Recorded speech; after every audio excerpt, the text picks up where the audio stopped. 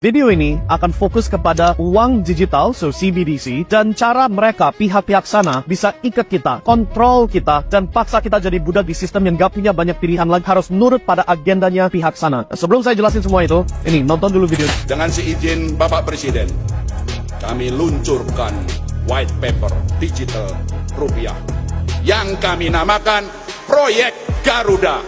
Pengembangan digital rupiah sebagai satu-satunya alat pembayaran digital yang sah di Indonesia.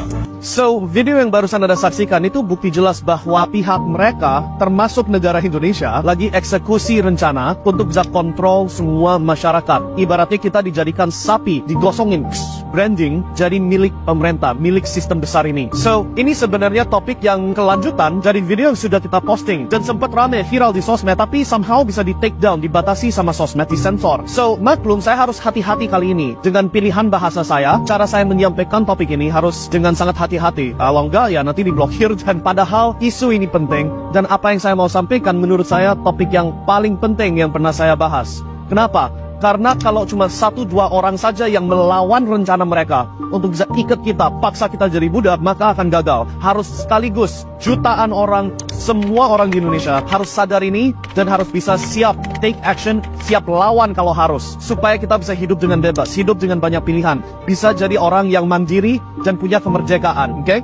So, ngomong gitu, saya mau jelasin konteksnya. Apa ini yang lagi dilakukan sekarang, yang sesuai video yang sudah saya publish sebelumnya tapi di take down.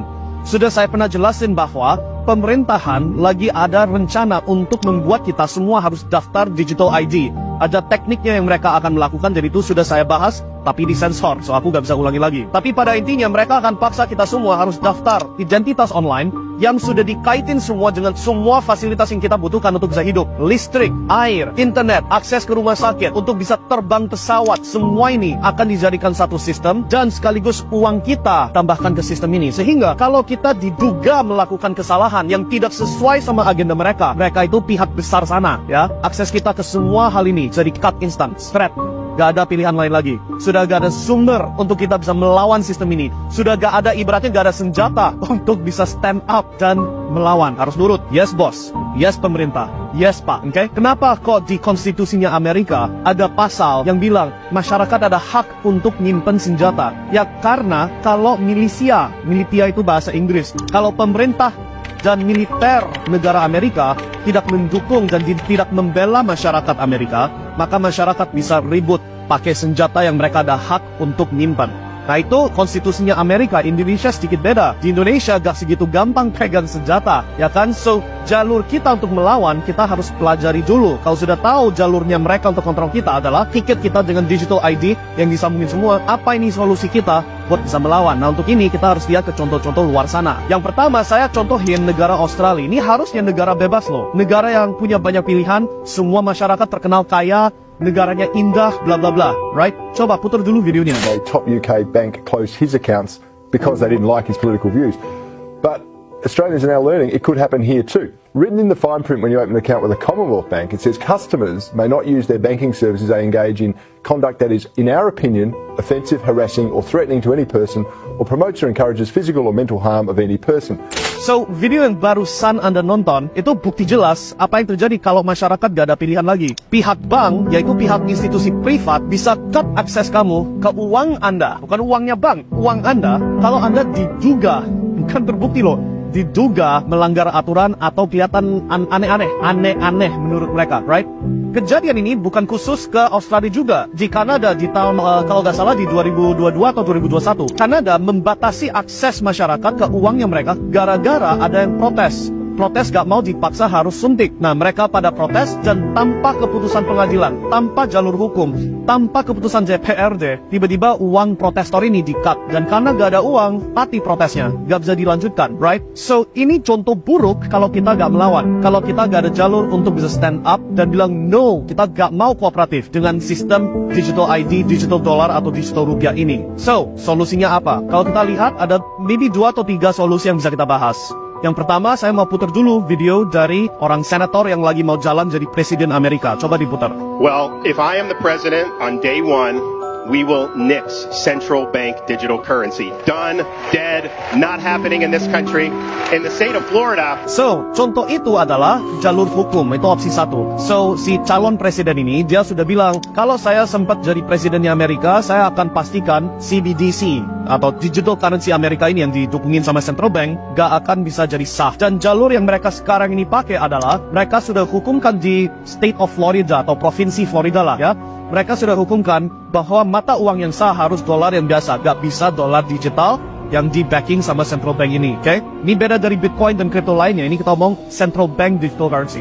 So, dengan mereka melakukan itu, dipaksakan sekarang kalau central bank mau memaksa secara sepihak, semua masyarakat harus pakai dolar digital yang bisa diprogram, yang bisa ditekuk kayak gitu, mereka harus pakai jalur hukum, dan kalau pakai jalur hukum, mereka pasti akan kalah. So, itu senjata pertama. Pakai partai, pakai politik untuk hukumkan uang yang berlaku hanya satu bentuk, yaitu rupiah yang biasa, bukan rupiah yang dapat diprogram, yang digital, yang disambungin ke satu sistem semua ini. Opsi dua apa? Ribut. Oke, so kalau kita omong negara Niger itu di Afrika, apa yang barusan terjadi adalah ada perubahan, ada protes, rebellion, dan pemerintahannya sempat diganti sama masyarakat. Kenapa begitu? Karena Niger adalah sumber uranium terbesar untuk Eropa, untuk bisa memberikan energi di sektor nuklir, oke? Nah, dulu negara Prancis ambil uranium dari Niger dengan harga berapa? Coba tebak, 80 sen per kilo. 80 sen per kilo. Sedangkan harga pasarnya uranium berapa? 200 euro per kilo. So, ibaratnya uraniumnya dicuri, diambil tanpa ada kompensasi. Nah, masyarakat ribut, masyarakat protes, rebellion, berhasil ambil ahli negaranya sendiri.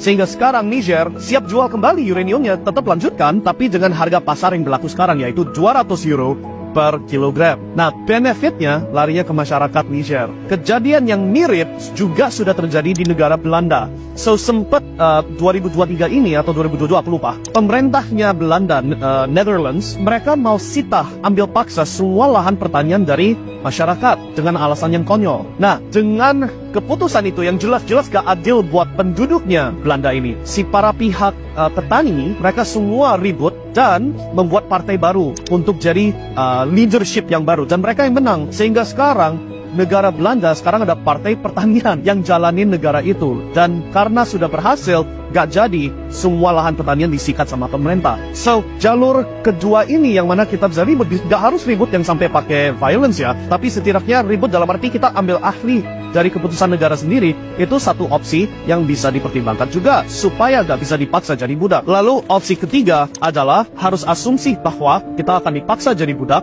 semuanya gak berhasil, maka kita harus bela diri sendirinya.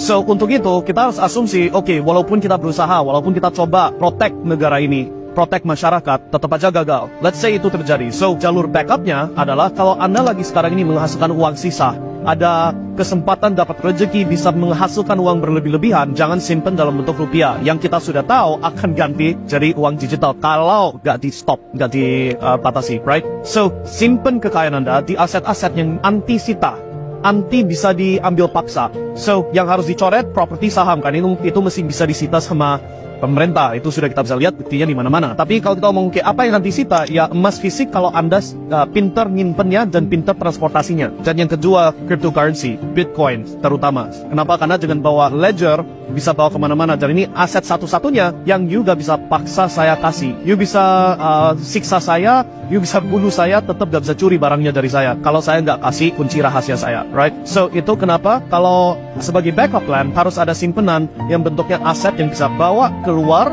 atau bawa kemana-mana, gak bisa disita, dan sifatnya sangat gampang ditransportasi juga. Oke, so itu 3 opsi Anda sebagai solusi pertimbangan untuk bisa melawan rencananya si pihak sana yang aku harus hati-hati ini untuk bisa kontrol kita semua. Semoga apa yang kita bahas membantu kalian setidaknya buka mata, mulai menyadari. Dan saya pesan kali ini, please share video ini, please bagikan ini ke sebanyak orang sebisanya. Karena sekali lagi, kalau kita mau bisa simpan kebebasan kita, ini gak bisa cuma 1-2 orang, harus sekaligus jutaan orang yang fighting, yang bilang no, saya gak mau daftar digital ID, saya gak mau kooperatif dengan sistem yang ujung-ujungnya mengunci kita, right?